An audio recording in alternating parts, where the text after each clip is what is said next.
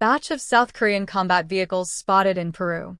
Observers at the port of Callao got an unexpected surprise this week.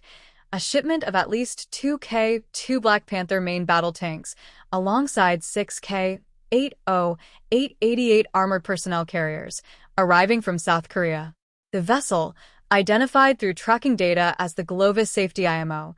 979-8399, makes the shipment one of the clearest confirmed signals, yet that South Korea's push into the Peruvian military market has moved from paperwork to physical hardware, and it caught even close followers of the deal off guard given how much of the process still remains unsettled. The framework agreement behind this delivery dates to December 9, 2025, when Peru and South Korea formalized a plan for 54 K2 tanks and 141 K-808 vehicles, a deal Reuters reported at the time as the largest South Korean export of military vehicles to Latin America and the first sale of the K2 outside Europe. South Korean manufacturer Hyundai Rotem and Peru's state-owned defense company, FAME SAC, signed that framework in Lima, but a framework agreement is not the same as a finalized purchase. It sets the scope and intent of a deal while leaving the actual delivery schedules, unit prices, and legal terms to a separate implementation contract,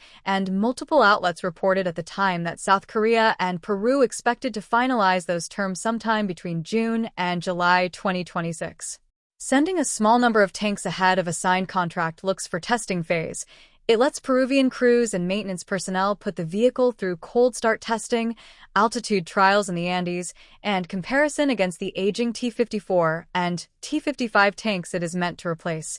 all before Lima commits to the full 54-unit order. The K2 itself represents a generational leap for a Peruvian armored fleet that has depended on Soviet-era hardware since the 1970s. Built by Hyundai Rotem and developed by South Korea's Agency for Defense Development,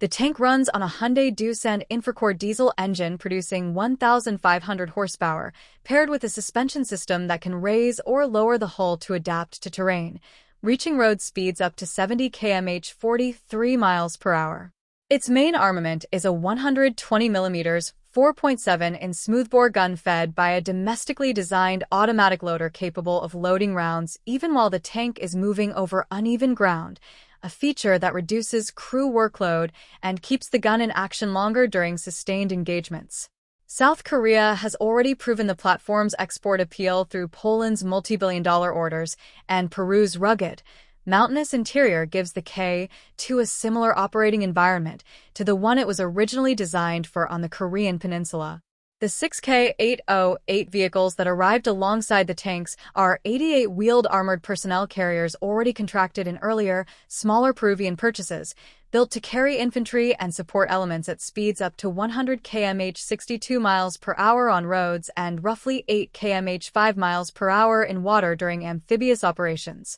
But images of this particular batch, reviewed alongside the vessel tracking data, appear to show a configuration that differs from the standard K-808 seen in earlier deliveries and in South Korean Army service, with a redesigned front hull and a turret arrangement that does not match the layout typically seen on previous shipments. The most likely explanation is that Hyundai Rotem tailored these vehicles to specifications the Peruvian Army requested during negotiations, adapting the base K-808 design to local operational standards, climate conditions, or equipment requirements rather than shipping South Korea's standard export configuration unchanged. Neither Hyundai Rotem nor the Peruvian Army has confirmed the exact nature of the changes, and the redesign remains an open question based on visual comparison rather than a confirmed fact. That kind of early customization would fit a pattern already visible in the broader deal, where Hyundai Rotem and FAME SAC have emphasized local industrial participation